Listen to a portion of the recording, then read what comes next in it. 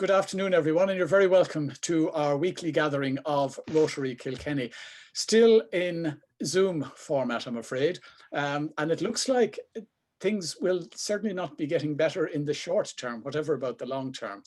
I'd like to very much welcome our guest speaker today, Brian Keys. Brian is the editor of the Kilkenny People and has been editor now for about 11 years. Is that right, Brian? About that, Ian, yeah, 2009.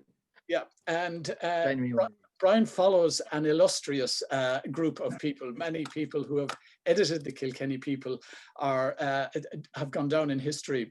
We talk about Sean Hurley, Tom Malloy, and above all, John Kerry Keane, who both managed Kilkenny People as a newspaper and edited it when it was under family control. The Kilkenny People is perhaps the most iconic image of Kilkenny, apart from the buildings and the streetscape. The Kilkenny People has been part of Kilkenny for over 120 years. It was founded initially in order to support the work of Charles Stewart Parnell.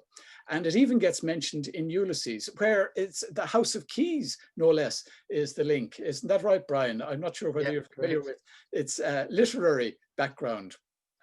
Mm-hmm. Advertising. I had some connection with that in 1982, which was the 100th anniversary of the birth of James Joyce. And they used the 16th of June, Bloomsday, to celebrate that in Dublin. And one of the exhibits came from Kilkenny, which showed a piece of Kilkenny limestone and a ceramic image of a page from the Kilkenny People. Because, and that was turned into a paper dart and placed on the Kilkenny limestone. And that signified the link between Ulysses and the Kilkenny People, where James Joyce goes into the library and looks for an edition to follow up on an advertisement in the Kilkenny People. And that piece is part of the Butler Gallery collection. It was made by Kilkenny artist Moya Bly. But going back to you, Brian, you're from Kilkenny originally, is that right? Yeah, I'm from Goresbridge originally, and as you said, I'm here since 2009, and born and bred just there on the border with Carlow. You know, you introduced the newspaper very well, Ian. I couldn't have done it nearly better myself, and although you know, I was very pleased to hear you say there about kind of the iconic image of the newspaper, because a few years ago, we were considering redesigning our masthead, and we went through a redesign. Probably would have been the second one since we've been broadsheet. And, you know, to modernize it, we were thinking of getting rid of that logo, Ye Fair City. And, you know, not too many newspapers now have a logo, yes, you know, on the masthead. And we're going to come up with some, you know, wording like life is local or whatever. And, but, you know, just the iconic typeface and the Ye Fair City crest in the middle of it, like it's just, we just couldn't touch it. Yes, we ran out of time. It sort of moves out of your ownership into public ownership, doesn't it? Yeah, absolutely. Have an ownership you have to be very conscious of kind of your readers. Yeah, that can help enhance the image of the paper, but it can also serve in the other way, that it could it can mean that it's old-fashioned in some way, and you've constantly got to battle with the old and the new, and hope that people will identify with the need for a local newspaper. I mean, you mentioned the logo there. The logo is Ye Fair City. And the danger is that it might be perceived as a city newspaper rather than a county newspaper. Yeah, well, I think the dynamic of Kilkenny locally is that, you know, Kilkenny is a city, and but you know, it's the only urban area above 2,500 people in the county of Kilkenny. Yes. So, you know, the attraction of the city to people in the county, you know, everyone in the county is very proud of their city, number one. And, you know, like, you know, the regular visits to Kilkenny City by people all around the county is quite regular in a week, compared to kind of neighbouring counties like the amount of urban centres in Tipperary, Laois, you know, places like that. You know, Kilkenny with that large urban area and predominantly rural population all around it. Apparently, Kilkenny is the most rural county in all of Ireland. Even Yeah, places like yeah, Leitrim have larger towns yeah, than with yeah, more than 2,500 population.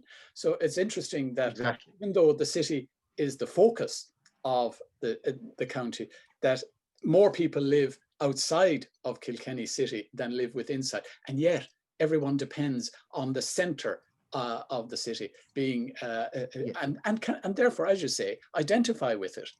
Um, yeah. but the role of the Kilkenny people in getting news out, in getting advertisements that local people regularly look at, how has that changed in recent years?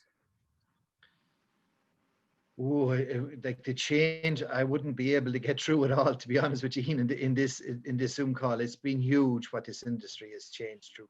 You know, I'm in this industry since around 1989, believe it or not. So I've seen pre-website, present websites, and they're probably the most significant things in terms of what a reader would see. But for someone in a newsroom, believe it or not, our journalist counts, and in most regional newspapers would be the same as it was in the 1990s. But in terms of what is expected now of newsrooms and journalists is, page makeup and page design. Here in the Kilkenny People, when I would have came here, there may have been up to 35 to 40 people, but of that, almost 30 of them would have been in the kind of the makeup of the newspaper. The Now type, that has changed, yeah, so much in the last 10 years, yeah. considerably into centralized areas, And That's the big change, I think. I mean, when you went to school in Gore's Bridge, as you said, if where did you go after you left school? Uh, College of Commerce and Rathmines. There was a journalism course up there. I don't know whether there was another one in the country, but they used to take in about 25 of us, and you had to have an A in history, and you had to have an A in English, and you went, well, not necessarily English and something, history or maybe something Yes. else, but you needed a couple of A's, and then you went for an interview, and then you were selected. And Helen Carroll was in my class, so there was two of us here from Kilkenny. And that was basically it. 2 years, and then out into the big bad world. Right. And you went to the I did Leinster. my work experience here at 14. Really? Really? Yeah. Gosh, I did two work experiences here. I was in here when I was about 13 or 14. And my dad got me in here because he was manager or he's a friend of his, Stephen Rice, was manager in Glanbia. Stephen will be Michael Rice's, the hurler's dad. And Katie Rice, his wife, worked here. And Katie got me in. So then about 3 or 4 years later, when I was in college, part of your studying was to get work experience during the summer. So I came back here then when I was kind of in my 17 or 18. Right. And was that in the days of John Kerry Keane that you did your work experience? Yes. Yeah. And what was he like to work with? Or did you get to meet the man himself at the level that you came in at? I did. Really? I did. And he was the gentleman to his fingertips in all his dealings with me. He had a considerably sized office that overlooked the print works. So I didn't see much of him here on High Street. He paid me, believe it or not, £50 a week in a check back in 1988. My goodness. I couldn't fault the man in terms of his dealing with people and all that. He was a major employer here in the town. I know he lived up in Dublin when I was here. I think he had an apartment above our offices here as well, to help with the production of the newspaper. I'm sure he was down here Mondays and Tuesday nights. He had a word for everyone in the business here that I could see anyway. And he still maintains reasonable amount of contact with here. And he is still the owner of the premises that we're in. We're still his tenants. Ah, right. I wasn't aware of that. That's interesting. But the role of editor proprietor is a different one to being an editor like yourself. I presume when you were there in 1988, you never foresaw that you would be sitting in his shoes. No. But you went via a paper in County Laois, is that correct? The Leinster, was it the Leinster Leader? No, the Leinster Express. Leinster Express, my I apologies. started off for about 6 months in the Carlow Nationalist, Yes. and they actually had an industrial action over photography. And first 3 months were great, and the next 3 months I was involved in 3 months of a sit-down protest Oh, in wow. a small little room, and not like I just, I said I can't, I just couldn't, starting off like couldn't handle this at all. So there was a job going for a new newspaper set up in the Offaly Express, which is part of the Leinster Express. So I went up to Tullamore and worked, and I loved it up there for a couple of years. Moved back to Portage, and I was there till I moved here, basically. Right, right. And the role. I always wanted to stay involved in regional journalism. I really had no that much of a graph for, like, of the 25 in our class, I'd say myself and Micheál Murrah-Hurtig's nephew, Joe Murrah-Hurtig, and a guy called Alan Ahern were the only three that went into regional journalism from our year. Everyone else went on to RTE or the Irish Independent and all that.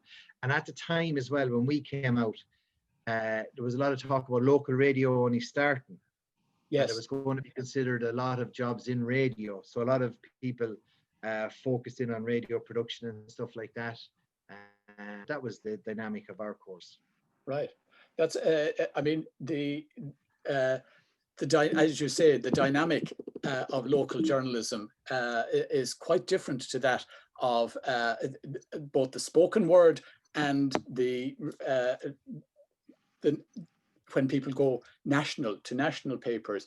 But it's interesting that you saw local journalism as being critical, because the Kilkenny People, being such an important part of Kilkenny community, has its role in getting information out to the public is critical. Even in these days when local radio is more immediate and more up to the in-depth analysis or the in-depth coverage that a local newspaper can give makes it invaluable to people who want to get behind the information. It's not just simply giving out facts. You have to color the article as well. How do you see that evolving, or where do you see its importance in the present difficulties that the city, county and country are going through? Oh, well, I would consider the role of kind of newspapers and radio and TV as vital now at the moment. This day last week we celebrated World News Day. Now I know there's a day for every day of the week as such. Today is International Teachers Day seemingly, and tomorrow is Grandparents' Day. But World News Day was it was taken on this year, particularly in line with the pandemic, and what we would call fake news. Yes. And fake news is a kind of a term that came up pre the 2016 presidential election. I think it was invented by someone in BuzzFeed who noticed about 140 fake websites coming out of Macedonia, promoting the Trump campaign, basically, a lot of their stories, saying the Pope promoted them and stuff like that, which all sounds kind of funny now. But we can see the damage that kind of fake news and unattributed and unsourced and unchecked news can do. And the media in general, why I would be very reluctant to say the traditional media, because in fairness, we have, with websites and our own role on social media, have gone into the game. But we've been fighting an uphill battle, basically, because a lot of these social media giants can use a lot of most of our content, any of our content that we put online, free of charge, plus all the other fake news as well. Yes. It becomes a very muddled environment for people to work through. In print, in newspapers, I think recently there was some survey done. We featured it and you mentioned it as well, Ian, about how kind of clear and concise the message is through print advertising of government lockdowns. Now, this is before all the levels were introduced as well. Yes. I'm not so sure that they've been too well explained to people. They probably should have advertised a bit more in print. But in the teeth of it, from March to June, a lot of clear, concise printed articles and printed web advertisements help people understand things of where they stand. And that's been vitally, vitally important, I think, for people. Yeah. Now, in terms of news coverage and situations like that, Kilkenny People not state funded, No, of course. apart from state advertising. If you, Yeah. How many journalists does the Kilkenny People employ at present? Six. Right. 6 journalists. No, but I was just going to say, like, we're there every week every month at the council meetings. Yes. Plus five area meetings, bringing information back to people, what's being said, and also we're there at every court that is physically possible that we can be at. Courts are held here Mondays and Tuesdays, and actually the Kilkenny Central Criminal Court has been shifted to Wexford, believe it or not, this week. So we've got to go to Wexford to cover the Kilkenny Central Criminal Court. I'm not sure why. I think it's a space issue due to COVID-19 restrictions. Level 5 hits, that'll be gone as well. So all those important things that are important to society, to see the work of the state and our local representatives, is vital, I think, as well. If we didn't have them, I'm not saying they're great for newspaper sales, and maybe some people can be turned off a little bit by court pages, but they have to be, we have to shine light on them, let people know what's happening there, and I think that's important. Well, indeed. I mean, Kilkenny People is the only medium that I'm aware of that covers the day-to-day routine issues in the council and in the courts. You get headlines when something dramatic happens on local radio and on other newspapers, but they don't have that in-depth coverage that the Kilkenny People offers, which is I suppose it's a USP, it's a unique selling point, but it's not necessarily something that sells newspapers. But it's still important to be that paper of record for Kilkenny related issues. And it's important, and I suppose that you'd like to think that maybe representatives who have their own platforms on Facebook and who can phone in and get their own airtime and who can send out their press releases as well, whereas we can accommodate that type of situations as well, but we've also got the ability to be in the room with the 24 other elected representatives and really know what they actually did say on it, rather than leave a room, get an advisor to say maybe you should have said that bit better, or you know what I mean. We're getting it as it happens. In the heat of battle, for example, that you get in a council meeting is much better than getting each individual's own take on it that they're going to circulate via press release. Press releases are fine. They're geared towards the press, but you have to take them with a pinch of salt. You have to look at press releases and say, what's their agenda?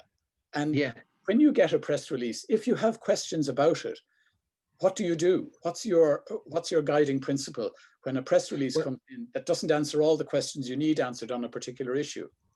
Yeah, well, what we would do there is we just email back the person. Most people, it depends.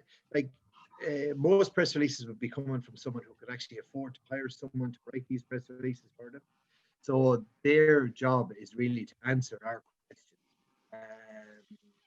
And they do, in the main they do, and a lot of people in that area are former journalists as well, understand deadlines, understand the information that we're looking for. But that's not necessarily much of an impediment to us kind of getting to the sources. It's about kind of assessing the value of it in the overall mix of our newspaper. Well, of course, websites can sedate people in one way, that we can put something on a website and it's not limited to space or people's entire view, whereas if you're presenting something for a page, you might only use a couple of statements from their statement. Right. Has it ever happened, Brian, that you've had to take a stance on a contentious issue? Or what happens when something contentious is happening in the local community? Is the paper obliged to be neutral, or do you take it on a case-by-case basis? I think you'd have to take it on a case-by-case basis, but probably the most contentious issue we've had in a long time would have been the central access scheme. And that was quite interesting as a kind of a social study in many respects. It was a bit of an eye-opener now for me, because I remember we were walking the tightrope of keeping nearly not everyone happy, but everyone informed. We were going well on council coverage, and we were going well on coverage of the protests at yes. the bridge before it started. And they had a march. And the march went down Rose Inn Street and down by what we now know as the Peace Park, and over the present Greens Bridge, and back up High Street. But I marched with them, and I counted 367 people on the march. Or they didn't know necessarily. You were there counting. And RT News had it that evening that there was thousands marched in Kilkenny against the Central Access Scheme. And the Irish Times had it on Monday that thousands had marched against the Central Access Scheme. So I said, like, this is going kind of, you know, like, what am I going to do? Like, there's only hundreds. As far as I'm concerned, it's only hundreds. Yes. And like, we had a meeting here, and I said, I counted them. I counted them, and I stopped. And I remember the Gardaí have a kind of a quota, you know, 1 guard per 500 people. And I knew that there was 16 guards were on kind of, you know, standby for this big crowd for the Central Access March. And 14 of them were told to go home. Yeah. So I said, I have that now, as apart from my own kind of counting of the thing, I have that as well. So what I decided to do was, I said, I'm going to put hundreds in it. I was going to say up to, I think I went with up to 500 in case I missed a few around the corner that came after me, just in case. Well, I got absolutely lambasted. Oh, all brown paper bags were thrown at me. Every type of a thing was done for 3 months. Right. And, but I had to hold my ground on it. I said, I said, you explained to Irish Times how they had thousands there, and they couldn't give me a satisfactory explanation of where they got for information, though I did eventually find out. But anyway, that's different. Yeah. And that's, but it's just, that was the most. Yeah. I mean, that's the danger of reading, taking a press release for, you know, even if you take the American the presidential inauguration in 2017, like that. Exactly the same philosophy or approach was taken. Exaggerate the numbers or diminish the numbers, depending on which side you're on. But there's nothing like an accurate assessment of. But that said, that issue was contentious for the city, and it went on for a long time. The local elections of 2014 really focused on that particular issue, and it didn't really go away for a long time, even after the bridge was built. But the role of the Kilkenny people, it's very hard to remain neutral when you're assaulted by one particular side for giving what you see and what was a factual assessment of the situation. Did the actions of those who assailed you turn you to one side or another?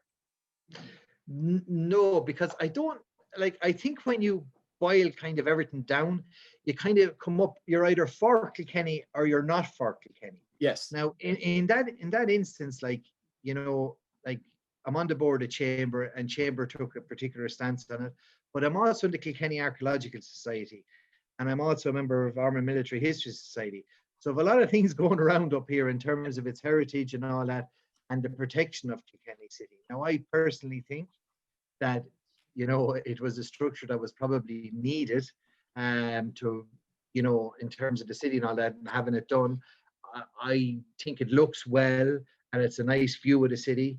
I've got this kind of, you know, a lot of people would be of the opinion that we should build things that kind of look the way they were in the 19th century, particularly for replacing them. But I like the way the courthouse is done. You know the old and you know what's new. And in terms of this, we know it's a 21st century bridge.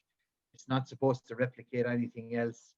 And it does the job. For Queensbridge was a very narrow bridge as well. So, you know, one way or the other, could I have lived without a central access scheme? Probably I could have lived with it, without it. But, you know, I've seen the benefits of it, both hopefully commercially with the brewery quarter and stuff like that.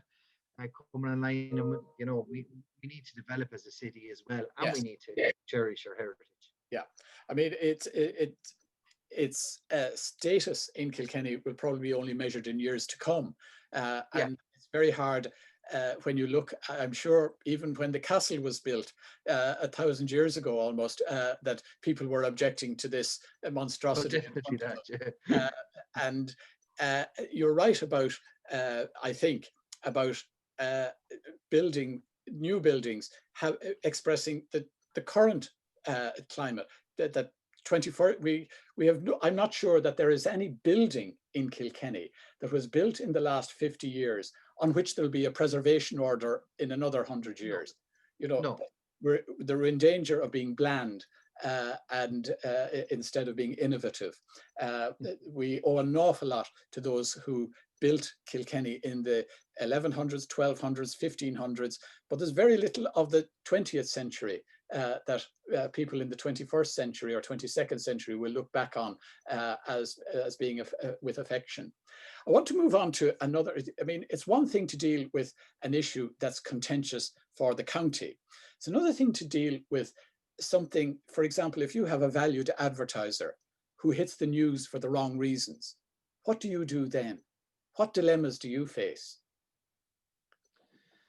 The wrong reasons. Well, if it's something illegal or court, there's no dilemma. We just cover it. Yeah. I'm sure businesses, go through difficult times. There's a business that has to close this week, not of their own making, a hotel, the New Park Hotel. Yes. But I'm sure it's not a situation that they want to be in or letting people know about. But I would have been in contact with them up to 8:30 last night, and they were issuing a statement of it. So, I think that if you've kind of got a situation where you're kind of got a relationship with, advertisers in this instance, that you can ring them and say, look, can you, explain this to me and that. It tends to all work out as well. But if there's something that's illegal, there's nothing that can be done in those regards. No, I think that's a very clear response. And I mean, the local newspaper has a job to let people know of news items. And that's the closure of the New Park Hotel is as much a news item as it is an advertising item. And I'm sure the New Park Hotel would be grateful for getting the information out that it's no help to them to keep this secret. They have to let the world know, unfortunately. And it does show, I mean, I thought a critical element of their press release is that they're going beyond government regulations, that they're, and that could act as a positive aspect in future advertising, that it shows that people can trust this particular hostelry and this particular establishment. I mean, that goes again to the personal relationship that you have with an advertiser. You've also got salespeople, I'm sure, people who are selling advertising in an environment where people are pulling back, but they're looking at their own restricted budgets. How valuable do, for example, auctioneers see a local newspaper in letting people know what's available locally? And is advertising in a local newspaper effective for people like auctioneers? In the past, property pages in local newspapers, in the Kilkenny People here, broadsheet now, could have ran up to 18 to 20 pages. And, newspapers nationally and locally benefited from the property boom just as much as anyone else. Probably two of the areas that newspapers missed out on that, if newspapers had their time again, would be areas like myhome.ie and daft.ie. Now, I know the Irish Times bought one or the other. I couldn't say which. myhome.ie, yes. Yeah. And they paid an awful lot of money for it to get back into it. Another area would have been rip.ie. They were both sectors that local newspapers and national newspapers had a grip on, that they just let internet or IT steal away from them. Yeah, exactly. And then they tried to get back into the party and missed it. Now, we, in terms of today, like we'll never get those days back that property had. The first thing is that I think most people buying homes would Google where they would like to buy a home and stuff like that. But what we can offer auctioneers, and hopefully that we think we do offer auctioneers, is that they can benefit from a good solid display of their property. And also we offer kind of writing of that property in terms of promoting it as well. So it's a package thing. You know, And it's not necessarily for, what's that? You're adapting to the new. We are adapting, yeah. And you know, we haven't adapted well enough, I feel, online. We would struggle with kind of what, you know, the drone footage now you're seeing of my home and Daft and all that Lincoln and all that. Like, sure, it's to try and compete with it now. We're standing still in halfway through a 1,000-meter run. You know, like Yes. we're so far behind now.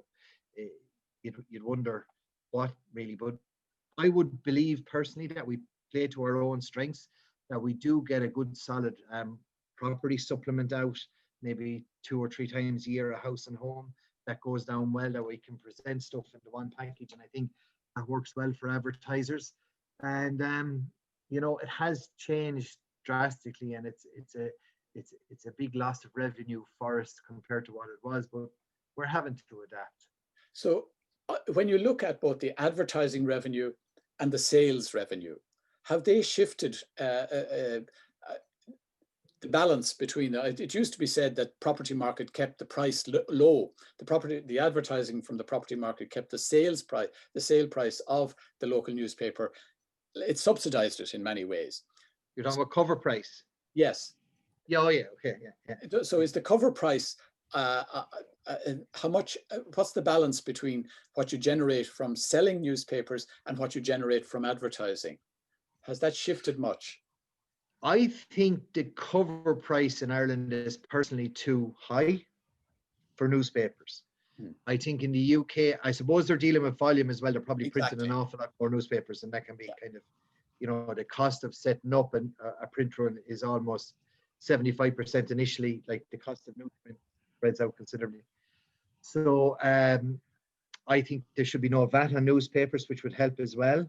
I think that about 18 months ago, we went up in cover price to now €2.80.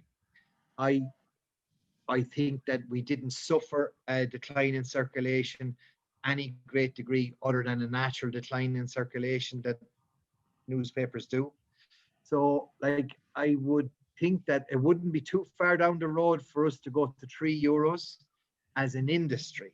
We tend to do these things as industries in that, you know. Yes, if the Donegal across the way is doing it, you know, that type of thing. I personally wouldn't like to see that, and if I had any say in it, I wouldn't like to see us go to €3. I actually think that if we could get a VAT break and go down in price, it might be better for newspapers and get more volume. But there's an argument made that the genie's out of the bottle in terms of websites, and that people coming back may actually, there's a feeling there that there's a print budget in most people's mind for a month. Yes. That they will buy a certain amount of Sunday newspapers, that they'll buy their local newspaper, and that they'll buy a magazine that they're happy with. So what our industry is considering is, do we make a better product with a free magazine and charge more for it? And will people put that into their print budget for the month? And have we the advertisers to support that type of thing as well? This is kind of the debate that's going on in the background, that would people pay you know, up to €5 for a colour magazine and supplements and all that, just like the Sunday Times. I think it's nearly €4 now, isn't it? Yeah. But you see, a place like Kilkenny, which is has a metropolitan feel about it, may well be able to sustain such an investment, and given adequate promotion, might be seen as something desirable by the majority of the population. But it depends on hitting the market at the right time and getting the content right. And that's where it comes down to skilled journalists and people working with you. When you look back on your own journalistic career, did you have any scoops in your time? Scoops. Yeah, I would have. Yeah, I think scoops. I think that there was probably two stories I probably enjoyed writing that got a bit of a good run, and they're still kind of quoted around today. You can still be. I like doing that Newtown Point, that hidden village out in Thomastown. Yes. I like that one, and it's still kind of being referenced today, and that's going well. Would you like to tell was one? Huh? Would you like to tell people about the Newpoint, because not everyone might be familiar with what happened there? Yeah, well, maybe about 8 or 9 years ago, Joe and Maeve O'Connell, they bought a Bellevue house, and beside it was St. Nicholas Church and grounds, and all around the grounds was these mounds of rubble of whatever. And legend had it that this was an old Norman town, and it was an old bridge before Thomastown Bridge, and it was there before Thomastown existed.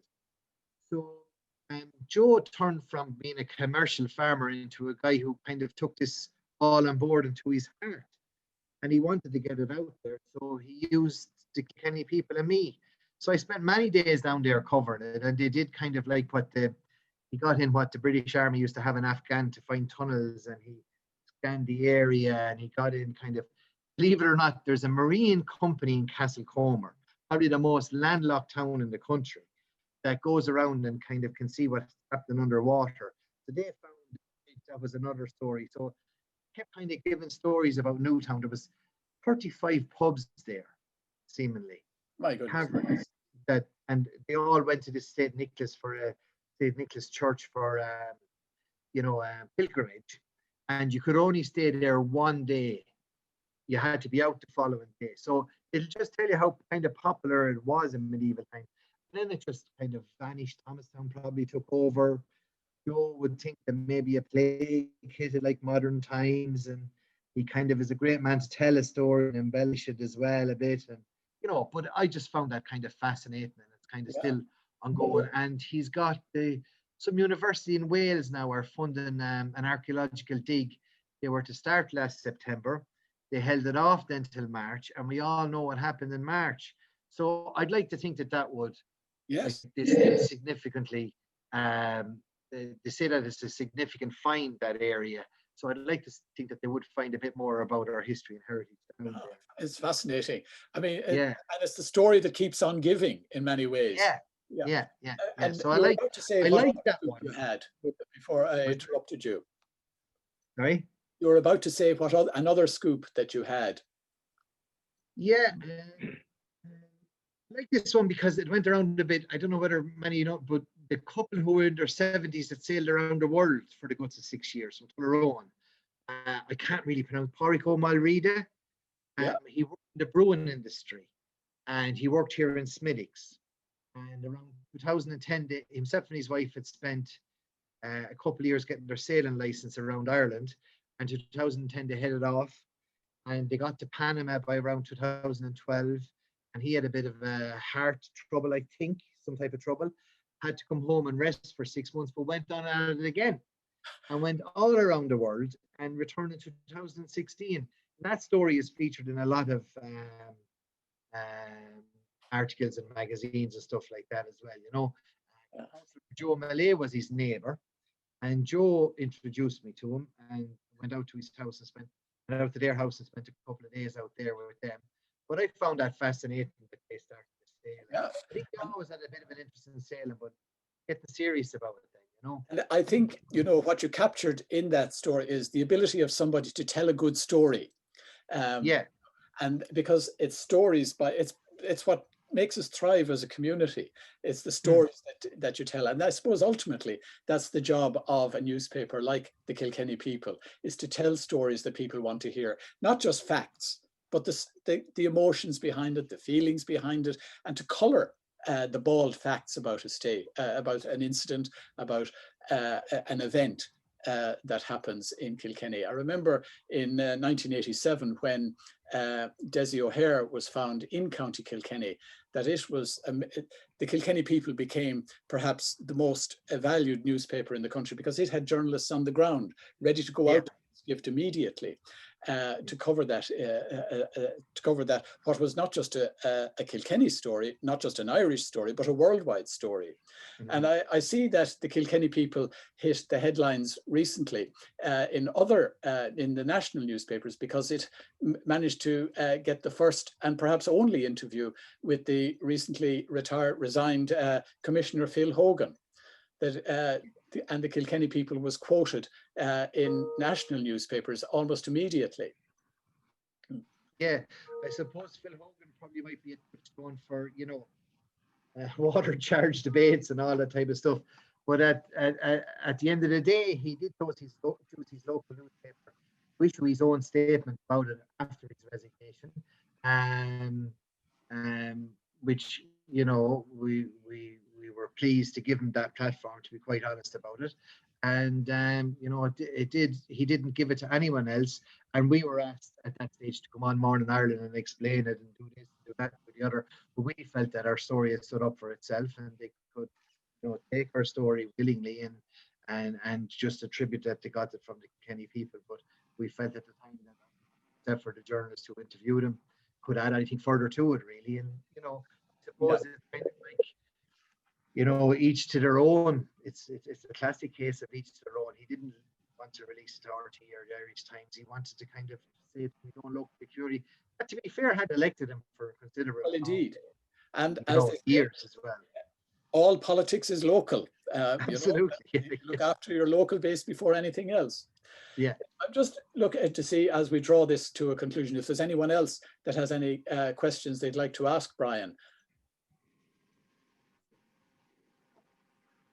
Ian, could I pose a question to Brian? Yeah, yes, just interested. Obviously, Brian, you brought us through the huge amount of change that newspapers have gone through, be they national or regional.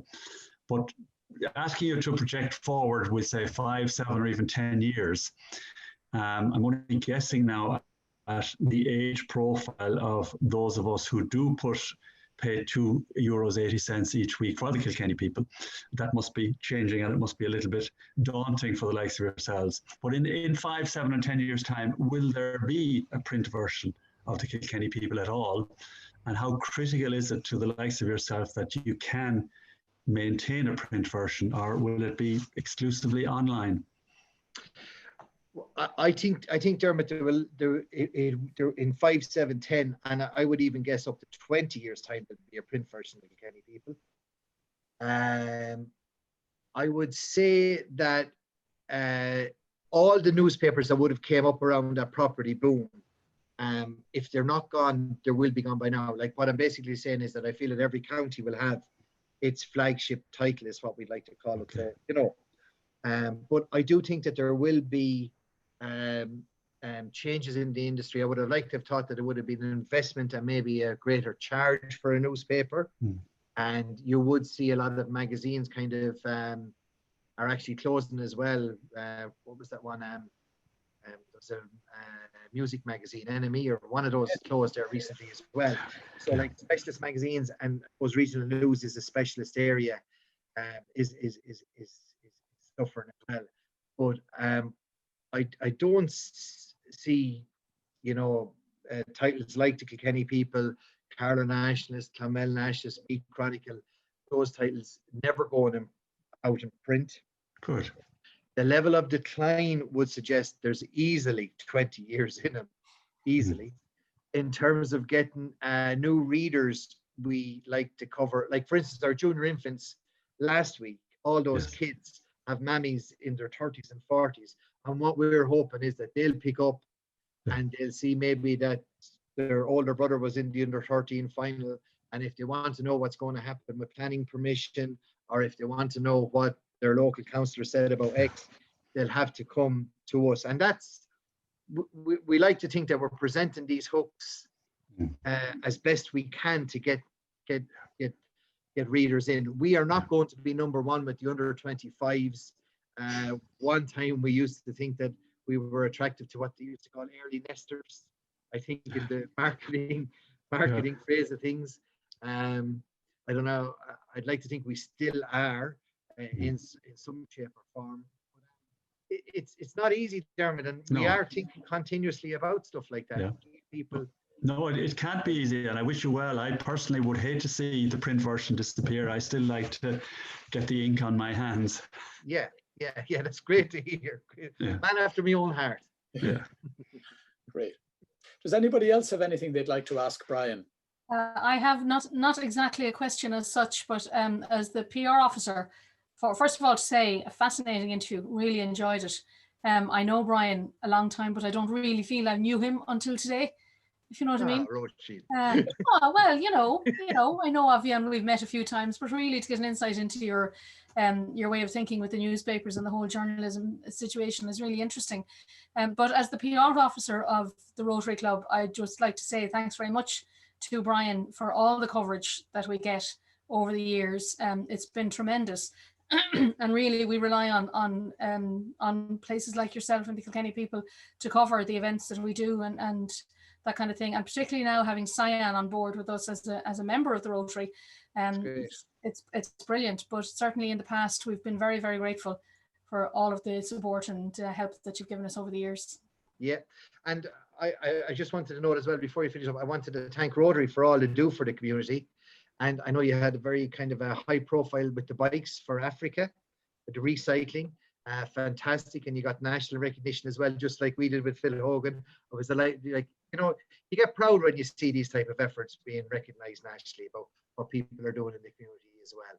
And I know from the faces here that I've got friends and colleagues and people who've supported the newspapers and readers, Dermot, like yourself, and advertisers, even during the pandemic. And we appreciate that here. It's, you know, it's great to have it and great to be part of this community. Yeah. Okay. Right. Well, listen, I'd like to thank Brian for giving us so much time and such a deep insight into what is a pivotal part of the Kilkenny community. And I wish the Kilkenny People and you yourself, Brian, every success as you venture forth into the rest of your time as editor. And I hope that both the Kilkenny People and you thrive in the work that you do. Thank you again. Thanks, Ian, and thanks to everyone. Thanks very much, Brian. Thanks a lot. Brian. Thank you. Thank you. Bye-bye. Before everyone goes, I'd like to just bring one item up in relation to the work that Rotary is doing internationally, particularly in relation to helping the Lebanon. And Rotary nationally and internationally is trying to get local clubs like ourselves involved in assisting the Lebanese community. We've already done it in relation to the literacy aid for Lebanon last year. I'm just wondering whether either Joe or Jason would like to come in here and see what we can do next as a club.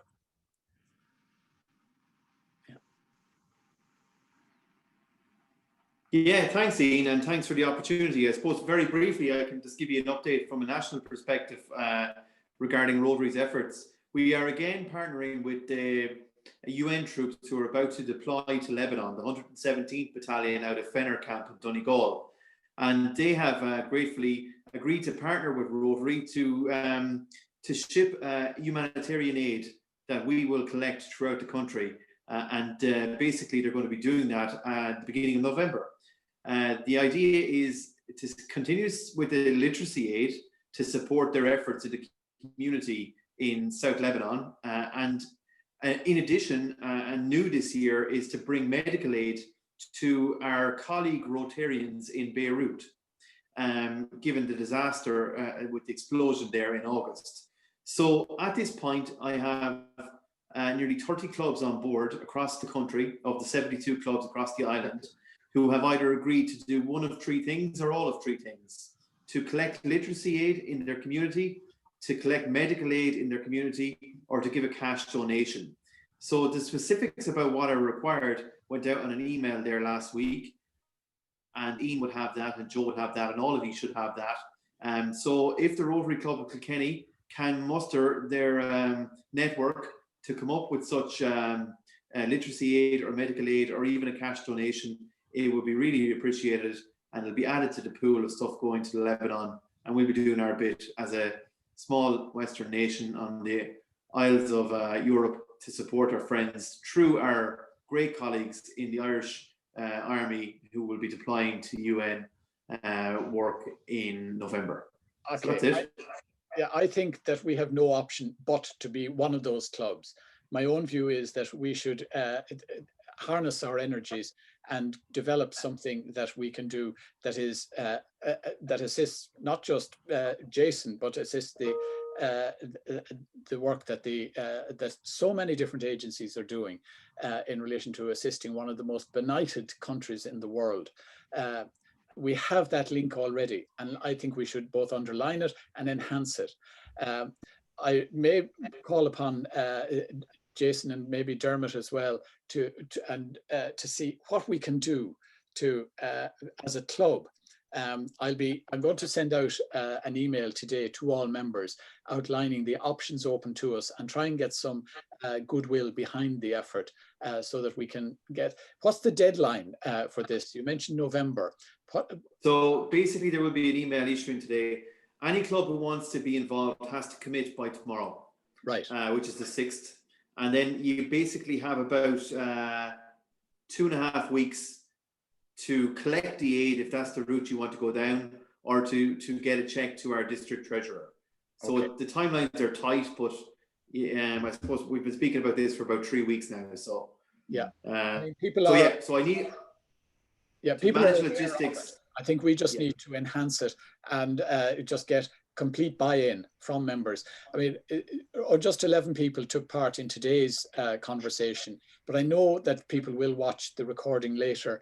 But I think that if I send out an email to people today and ask for a specific response, not just that people read it and ignore it, but that people actually get back to me, I would hope that we will be able to have a positive response in the immediate within the next 24 hours, so that we can be part of the Rotary community's response. I think we owe it to ourselves, but we also owe it to you, Jason. You've done tremendous work on this, and I think that it behoves us to show our support by being offering something practical.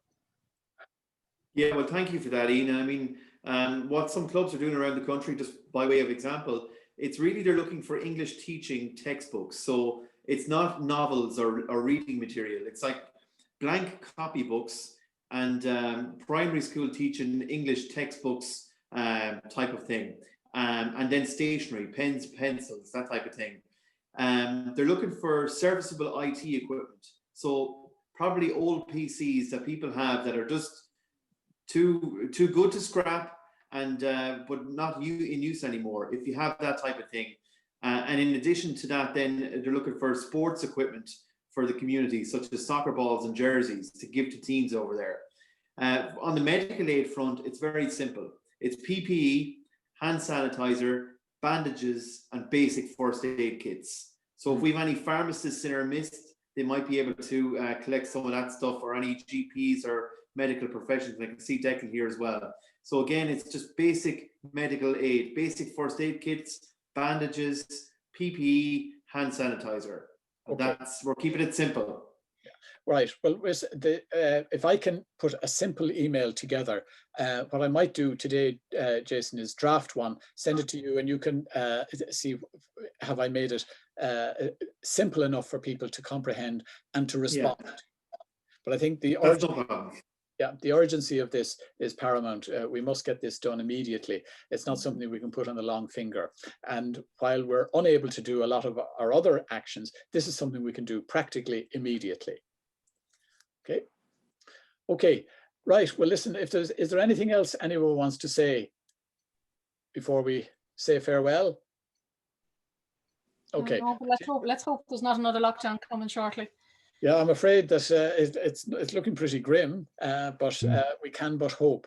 I don't have a speaker in line for next week. We might just have a club meeting next week, and we'll organise speakers for the rest of the autumn period. Talk to you sometime next week, but in the meantime, expect an email from me later today, which I hope you'll be able to respond to. Thank you very much. Thanks very much, Ian. Thank you. Bye now. Bye.